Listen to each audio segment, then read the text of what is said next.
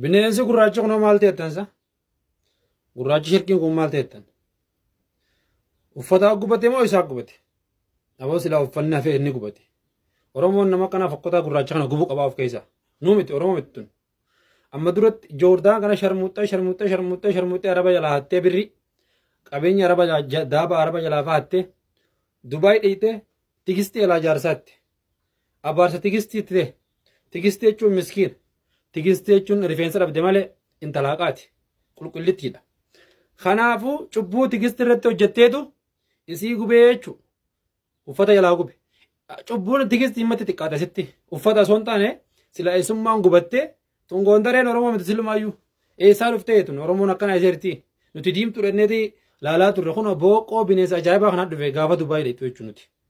Edaa isiin hanga harma hanga asii rarraaftee nu sobaa turte. Oromoo ko jirtu baga jiraattannaaf jiraadha akkam jirtan nagaa jirtanii yaa Oromooti yaa salphannee oollee akkam gubannee oollee bidda rabbiin nu baaseera rabbiin galata argatu rabbi guddaan galata argatu lubbuun teenya baateetti dhugaa lubbuun nu baatee inni guddaan lubbuudhaan bahuudha. Ganni teenya baga nuuf jiraattee baga nagaa nu baate jecha ashama harka fuune kabajamtootaaf daawwattoota hordoftoota keenya nageenyi koo kan jaalalaa fi kabajaa bakkaa fi lafa jirtanitti isiniif haa baay'atu anuuf obboleettiin keessan bakkaa fi lafa jirutti waaqayyoof galannaa ga'u nagaa fayyaa kootidha. Egaa warroonni mana keenya faarawwataa ta'an like share subscribe gochuudhaan maamila keenya ta'aa isiniin jechuu jaalannaa. Egaa akkuma viidiyoo jalqaba irratti wanni isinii galcheef jechuudha dhugumatti akka dhaggeeffataniif jechuudha. Akkuma argitan obboleechi keenya kuni ganni arrabsaa jira waan inni jedhee arrabsaa jirullee dhageessanii jirtu. Joordaal techee shaarmuxaa turte akkasumas immoo dahaba arabdoota jalaa hattee Dubaay dhuftee Dubaay dhufnaan immoo tigisti jalaa jaarsa hattee jedhee arrabsaa jira shi. Kana jechuun inaaffaa tokkoffaan akka fuula isaarraa beeksisuu fi inaafii bakka ishee kana ga'u yoo dadhabu dhiirri gadi ba'ee dubartii arrabsa. Dhiirri dubartii arrabsu immoo dhiirummaa osoo hin taane gadhummaadha jechuudha. Kanaaf bakka ishiin geeche kana darajaa ishiin irra jirtu kana ga'u yoo dadhabu bifa arrabaatiin inaaffaa isaa ibsachaa jira. Ganni jechuun dhugaarra dhaabbannee yoo dubbanne dubartii cimtuu ogeettii fi kaayyoo qabeettii yeroo hundumaafuu waan jiraattuuf nama beektuu fi waan manaa baateef nama beektu yoo osoo ta'u yeroo Joordaal jirtu san ishiin hojii hin taane yookaan immoo hojii durriyyinnatii irratti osoo hin taane gola madaamii akka nama kamittuu ol jettee gadi jettee dubartii dafqa ishiitiin xuruurtee hojjetattee maallaqa ishii walitti qabattee biyya Joordaan keessa teechee jechuudha. Namni biyya Joordaan keessa taa'ee mana kaartaa pilaanii qabu bitee ijaaru ganni qofaan arge jechuudha. Biyyoota gurguddattee biyyoota kaawwan kan akka Dubaay, Saudii fi Qaatar keessa ijoolleen taa'aniyyuu akka ishee sanitti hin hojjenne jechuudha. Ganniin immoo intala kaayyoo qabeettii fi maaliif akka teechu osoo beektu kokkolfaatuma birri mana madaamiti argattu walitti guurrattee biyyatti illee waan shamarri takka godhachuu qabdu nama godhatte yoo taatu asiis immoo jireenya kana xiqqoo naafa hin galu amma jettee gara biyyaatitti osoo hin galin gara Dubaay imalte. Ani imaltellee tigistirraa abbaa manaa fudhachuu osoo hin taane akkuma nama kamittuu gammeetti kan dhiyaatte akkuma obboleessa tokko obboleettii tokkotti gammee bira dhaqxeetis kan kofaltee taphattee akka haadha manaa kan akka jaalallee sun taane akka obboleettii akka obboleechati malee wanna biraa omaa waliirraa hin qabani. Garuu ta'uti immoo namoonni garaagara jiran ganniitti warroonni inaafanii jechuudha. Inaaftuun akka mucaa kana baay'een isaanii hedduun isaanii bakka obboleettiin keenya geeche kana ga'uu yoo dadhabanii obboleettii keenya maqa balleessadhaan itti gadi ba'u. Nuti immoo warroonni ishee deeggarru ni jirra. Ganni irratti ergan guyyaan ganni baradhe irraa jalqabee jechuudha. Ishii waan badaa hojjetu, ishii safuu Oromoo cabse, ishii wanta adda addaa hojjetu irratti argee hin beeku. Ishiin gizee Joordaan jirtus akkuma dura jalqabe jechuudha.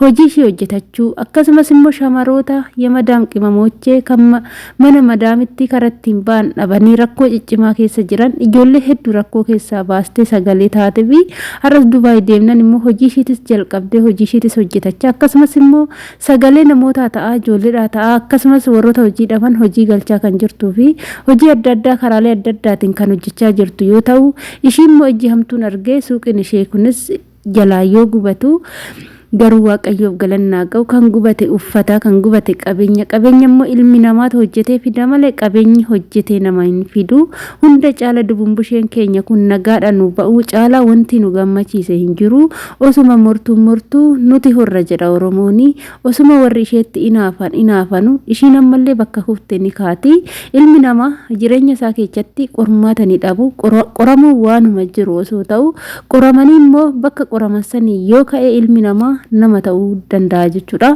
Ishiinuu beekattee dubbattee jirti torbee 2 yookaan torbee 3 taru yaa Oromoo narraa taa'a ani sin tuqaan jiru hojjetachuun barbaada jiraachuun barbaada haadha dhimamtuun qaba haadha tootan tajaajiladha ani humnan qaba taa'ee kadhachuu osoo hin taane xaaree argadhee maatii koo gargaaruun barbaada nan tuqinaa jettee dubbattee osoo baatii hin guutin taateen kun irratti ta'ee jira.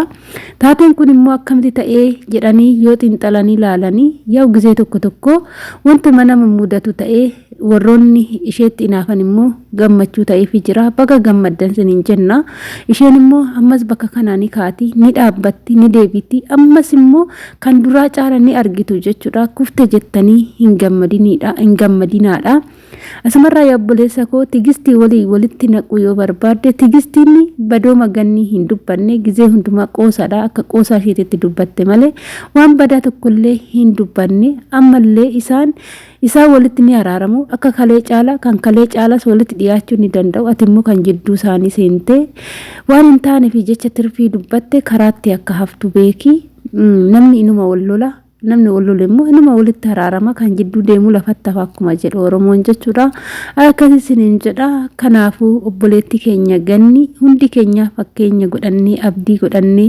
shamarran biyya Arabaa keessaa shamara goobazii fi ogeetti kan taate yoo taatu namoonni bifa namaa laalanillee namatti waan hin taane namaan jedhanni jiru bifa yoo ta'e waaqatu isheedhaa uume isheen ofii hin uumne jechuudha warroonni ati gurraattidha filteriidhaan of diimechitee filteriidhaan akkana gootee jettaniini ganni qofaa miti kan kanaan as ba'ee warroota tiktook irra jiran uummata guutuun isaanii filterii irraa ol fuudhanii filterii malee odoo garana yaate hundi ishiitu takkittiin nama kan ijaan laaluun namatti warroota fokkotan yoo ta'u bifa immoo waaqayyootu nama uuma waaqayyoon namaa kenna waan ta'eef maaliif nama kana bifa kana uumte maaf kana fakkeessite maa kana gurraachitee maa kana diimessite jedhanii waaqayyoon komachuun homaa takkas hin danda'amu waaqayyoon galannaa ga'u ganniin immoo bushaa tokko hin qabdu intala magaala konkonnee bareedduu tana maaltu ishiitti hanqate harmas rabbitu kennee fi guddisee fi bakka sallaalte tufii fi yaa gurbayyoo